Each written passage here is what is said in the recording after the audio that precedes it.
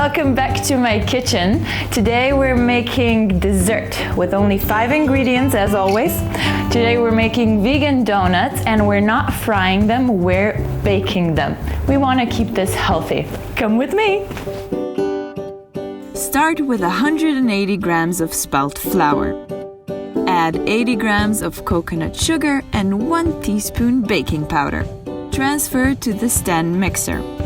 While mixing, add 170 milliliters of plant-based milk and 50 milliliters of coconut oil.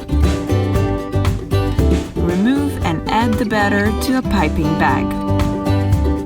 Fill the donut-shaped molds and bake at 190 degrees Celsius for 15 minutes.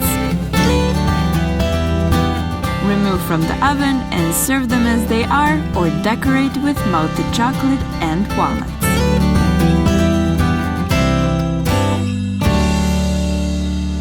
These smell absolutely delicious. I can't wait to try one. Do I have chocolate on my face? That's all good. Yum.